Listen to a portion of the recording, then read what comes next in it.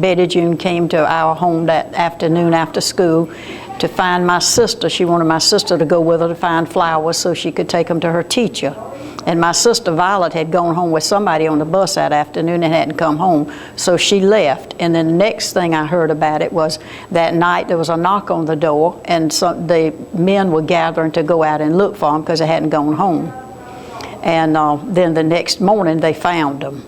The men searched until way over in the night and then came home, and the next morning they went out again, and they weren't out too long before they found them. And then the next thing I remember about it was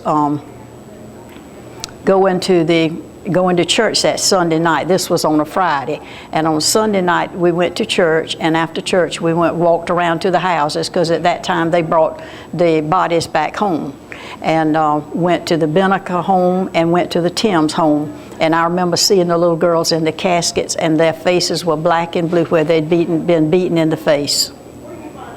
And when you saw that, like, I mean, you probably I can't even imagine, because nothing like that happens. No, we'd never seen anything like that before. But I saw them in the casket, and their faces were just bruised terribly. How old were you at the time? I was had just turned 13. Do you remember anything about Betty June, like just from your?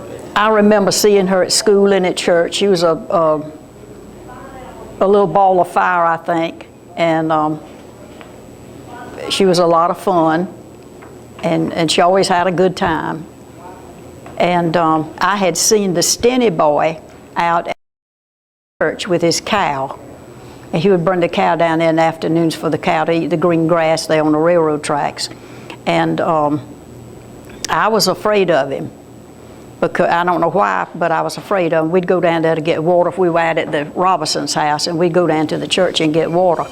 And I was afraid of him. I don't know whether he threatened me or what, but I don't remember that, but I just know I was afraid of him. If I saw him, I would turn around and go back to the Robinson house. I wouldn't go near him. Probably because he threatened your sister. I can't remember that, but I remember my sister talked about it. She died in '08, and she, every now and then, she would bring it up and say he threatened, shortly before he killed these little girls, he threatened to kill me. And she said if I had been at home and had gone with Betty June, he. Well, did anybody else ever say anything about the Stinney kids, or George in particular, or? Well, the Professor Hamilton, in one of those newspaper articles, talked about how boy he was and how hard he was to handle. And we had heard they'd send him down here from New York because they couldn't handle him in New York. Now, I don't know whether that was true or not.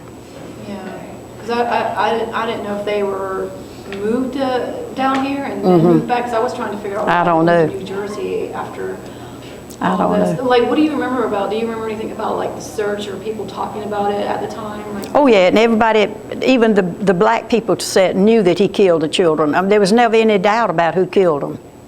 We had black people that worked in the house, and Daddy worked black people at the mill, and they all knew that he killed them. There was never any doubt about it. Nobody's name was mentioned.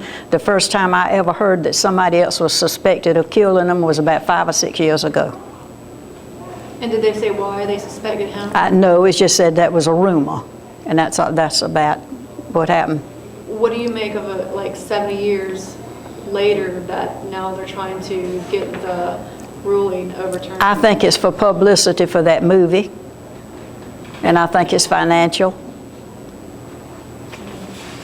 I think they're doing it for money. And you know, a lot of people say, you know, this little boy didn't get a fair trial. He was 14. He was electrocuted. What do you say to those who say that's the way things were done back then. I'm sorry that they electrocuted him. I wish they had just sent him to prison, but that's the way things were done back then, and we didn't have any control over it. That's the way the judicial system went. That's the way they handled things back then, and they couldn't leave him out. They had to take him out of town, or he would have been lynched.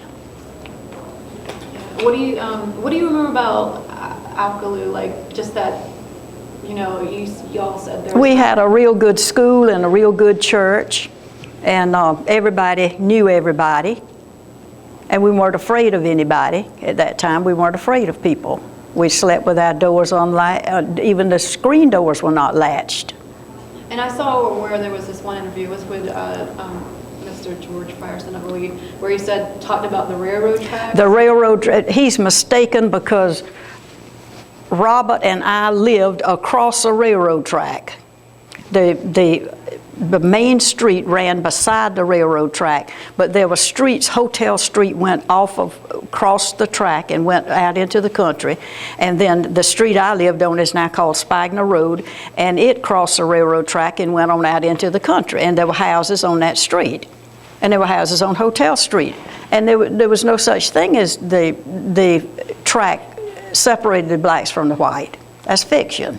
And now all this time later, it's like this case is kind of gotten brought up again. What do you want to see happen? I don't think they know what happened, and they wouldn't listen. They won't listen if you tell them. I can remember a lot of it, and there's several of us that are old enough to remember where the railroad track was and that kind of thing, and they have it confused. And what do you say? Like, there are some people who say, well, you know, he was a little boy, he didn't know what he was doing. He didn't know that he was confessing to the crime. He was given ice cream by, the deputies or whatnot. What do you think of all that? I don't know. All I know is what I read. I don't know.